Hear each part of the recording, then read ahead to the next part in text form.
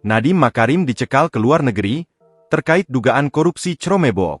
Mantan Menteri Pendidikan, Kebudayaan, Riset, dan Teknologi, Mendikbudristek, Nadiem Makarim dicekal Kejaksaan Agung, Kejagung, bepergian ke luar negeri selama 6 bulan ke depan terkait dugaan korupsi Cromebook. Ia dicegah ke luar negeri sejak 19 Juni 2025 untuk 6 bulan ke depan, kata Kepala Pusat Penerangan Hukum Kejaksaan Agung Harli Siregar, dikutip dari Antara. Sabtu, 28 Juni 2025. Seperti diketahui, Nadiem tengah tersangkut dugaan korupsi pengadaan laptop Cromebook oleh Kemendikbudristek pada era 2019 hingga 2022. Pencegahan ini untuk memperlancar proses penyidikan, ucap Harli.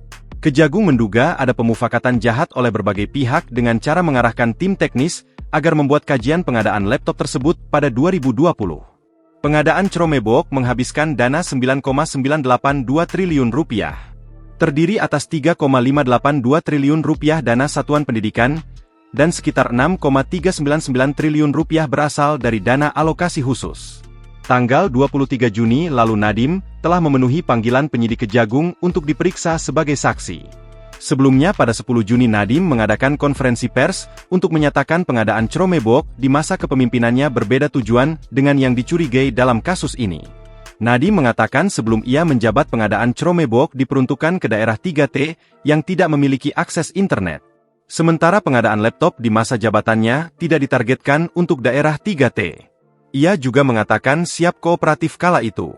3 mantan staf sus Nadiem yakni FH, JT, dan ia pun telah lebih dulu diperiksa Kejagung. Download Tribun X sekarang, menghadirkan lokal menjadi Indonesia.